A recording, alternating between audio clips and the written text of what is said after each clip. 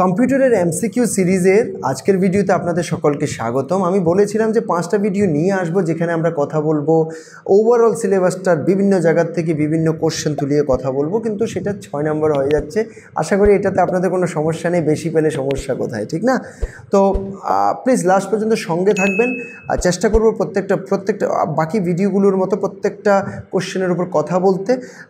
আশা করি সেগুলোর থেকে অনেকটা নলেজ পাবেন, যেগুলো আপনাদের পরীক্ষার জন্য প্রচণ্ড পরিমাণে কাজে আসবে। By the way, I would like to request you to subscribe the channel, as well as if you like the video, always like the video, as well as put some comments, and you can share the video with your friends. Okay, চলুন প্রথম যদি আমি কোশ্চেনটার কথা বলি, যেখানে বলা হচ্ছে what is indexed file organization primarily used for? Okay, primarily used for, তো সেটাতে এতগুলো কথা না বলে এটা ডাইরেক্ট উত্তর হচ্ছে ডাইরেক্ট অ্যাক্সেসের জন্য। এবার আমি তো বলে দিচ্ছি ডাইরেক্ট অ্যাক্সেসটা হবে উত্তর, কিন্তু সেটা কেন হবে?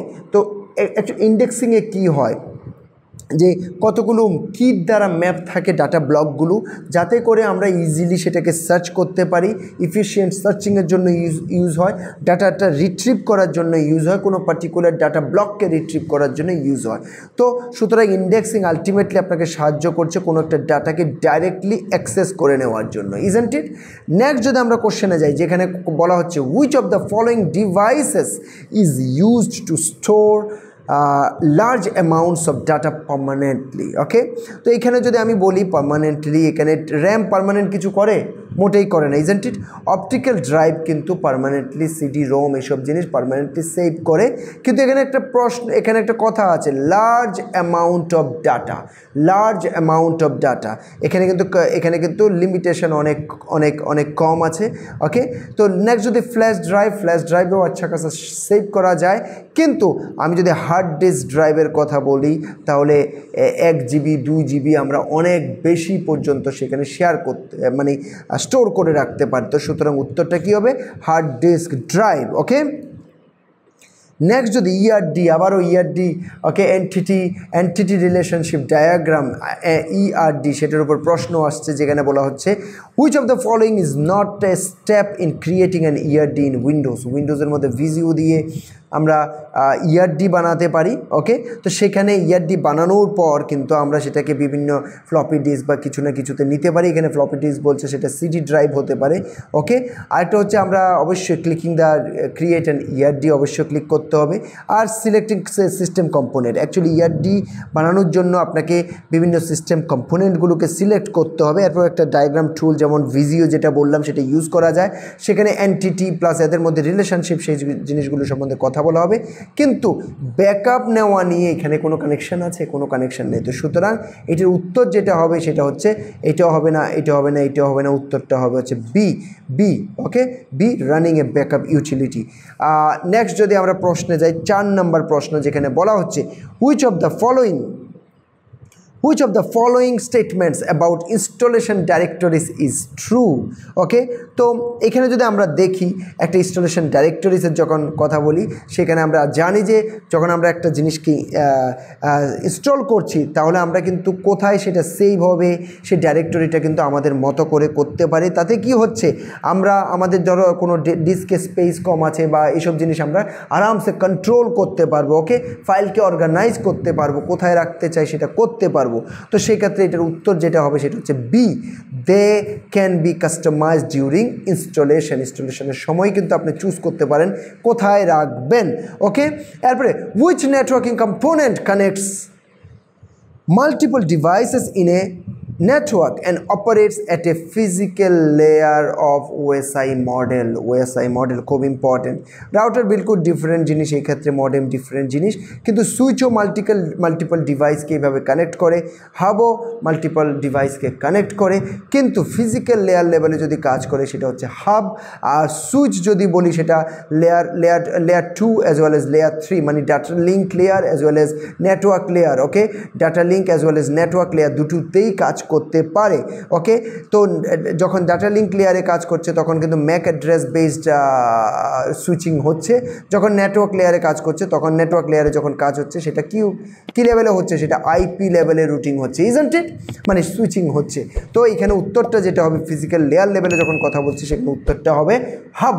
ওকে, নেক্সট যদি আমরা চলে যাই 6 নম্বর প্রশ্নে, যেখানে বলছে ER modelling technique is, ER modelling technique is, এখানে কি হচ্ছে ইয়ার মডেলিং টেকনিক, কোনো ডাউট নেই সেটা টপ টু ডাউন, মানে টপ ডাউন মেথড। এটা কিন্তু এখানে প্রথমে এন্টিটিগুলোকে আইডেন্টিফাই করা হয়, আইডেন্টিফাই করে ওগুলোর মধ্যে রিলেশনশিপ স্থাপন করা হয় যাতে করে ডাটাবেস রিলেটেড একটা কনসেপচুয়াল একটা লজিক্যাল স্ট্রাকচার সেখানে বানানো যায়, সেটা হচ্ছে এটার মূল মকসদ। ওকে, তো এটা টপ ডাউন মেথড।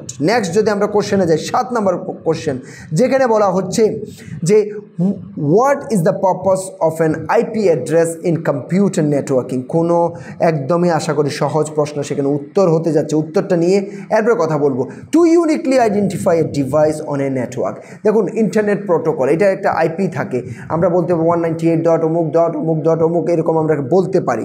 এবার এই যে আইপিটা থাকে, আইপির বিভিন্ন ভাগ আছে, ক্লাস বিভিন্ন রকমের আছে, এরকম সব পড়ে নেবেন। এর মধ্যে যদি আমরা জেনারেলি সবচেয়ে ইম্পর্টেন্ট দুটো জিনিস নিয়ে কথা বলি, একটা হচ্ছে প্রাইভেট আইপি, একটা হচ্ছে পাবলিক আইপি। পাবলিক আইপি যেটা হচ্ছে আমাদের ইন্টারনেটের জন্য কাজে আসে, দূর দূরান্ততে আমার এখান থেকে আমার ইউএসএতে পিং করতে হবে সেখানে কাজে আসে, সেটা কি আমাদের জন্য পাবলিক আইপি। প্রাইভেট আইপিকে মানে কি আমাদের ইন্টারনাল নেটওয়ার্কের ভিতরে আমার কাছে 20টা কম্পিউটার আছে, সেখানে যে আইপিগুলো ইউজ হবে 10 ডট, সবসময় দেখবেন প্রাইভেট আইপি সাধারণত কি হয় 10 ডট সামথিং হয় এরকম।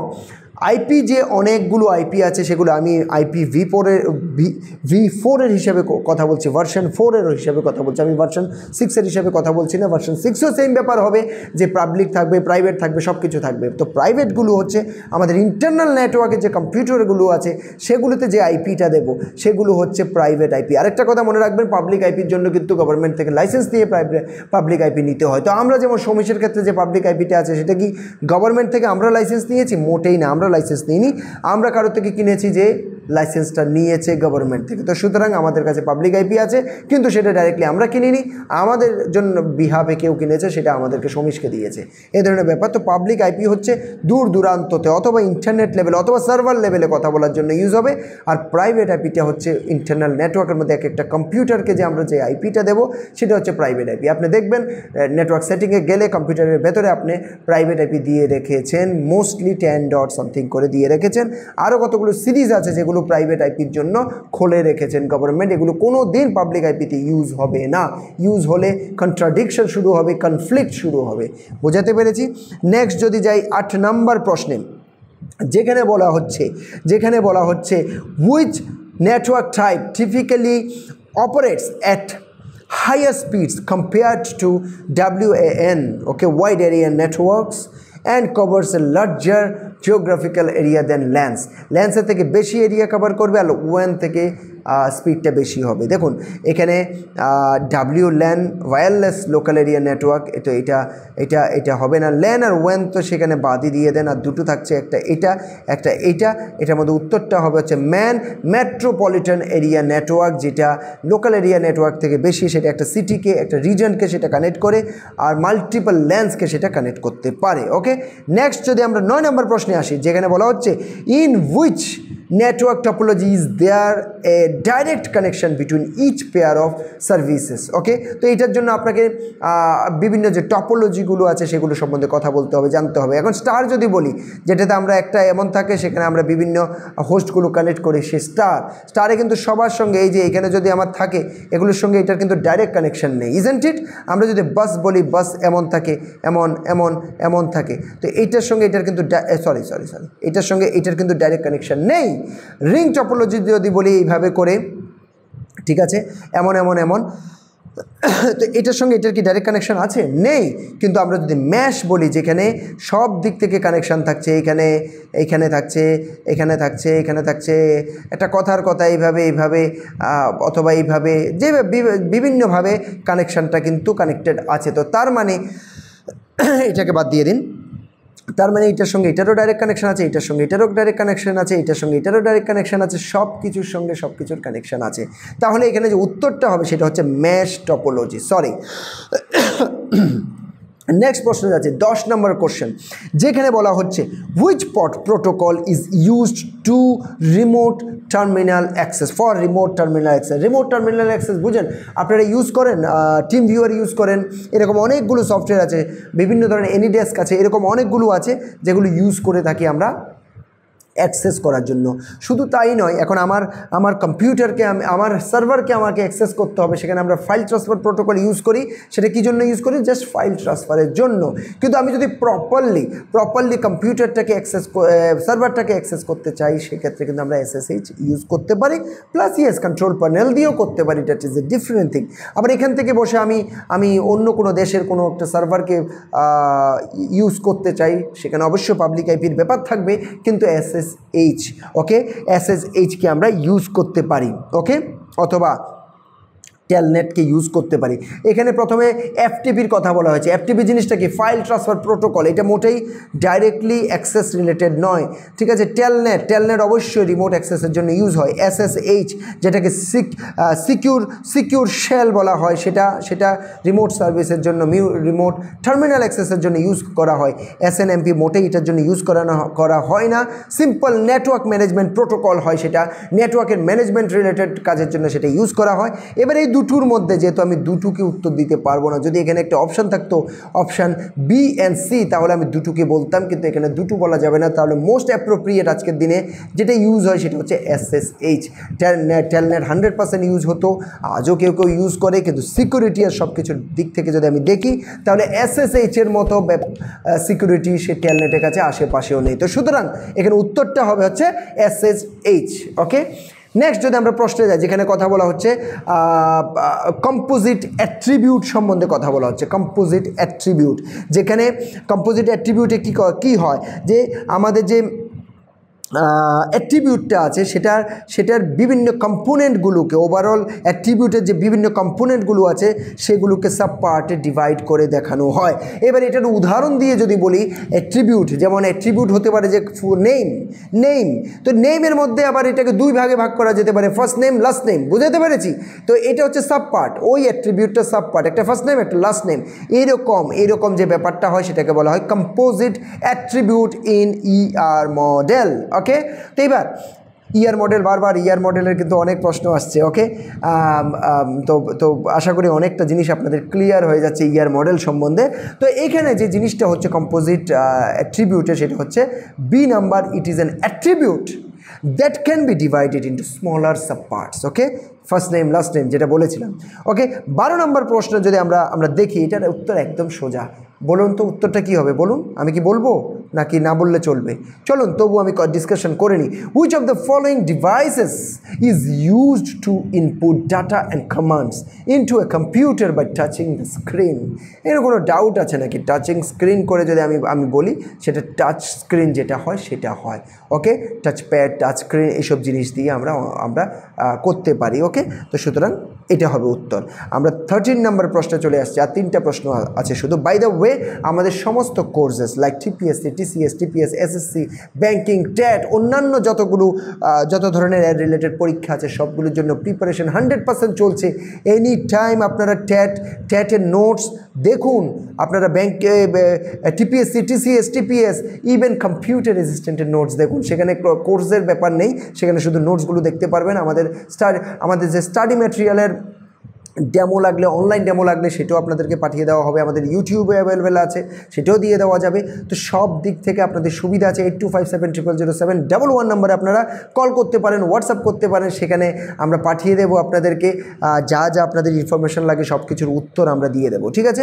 চলুন, এই যে প্রশ্নটা সেটা হচ্ছে what is the purpose of heuristic analysis in antivirus scanning, okay. খুব ইম্পর্টেন্ট একটা প্রশ্ন, খুব সুন্দর একটা প্রশ্ন। দেখুন, আর নতুন নতুন মালওয়্যার আসতে থাকে, নতুন নতুন ভাইরাস আসতে থাকে। শুধু যদি পুরানো ভাইরাসগুলোকে দেখা হয় তাহলে ইমার্জিং যে থ্রেটটা আসছে, যে ইমার্জিং নতুন নতুন থ্রেটটা আসছে সেগুলো কিন্তু ছুটে যায়। তো সেজন্য অ্যানালাইজ করা দরকার কোনো প্রোগ্রামের বিহেভিয়ার। সেই হিসাবে যদি মনে হয় যে ওই বিহেভিয়ারটা ব্যাড, তাহলে নতুন একটা মালওয়্যারকে ডিটেক্ট করার মতো ক্যাপাসিটি থাকা দরকার। তো সুতরাং এটার উত্তর হবে হচ্ছে যে হিউরিস্টিকের যে উত্তরটা হবে detecting new or unknown threats based on behaviour. You understand? তো এটা হবে এটার উত্তর।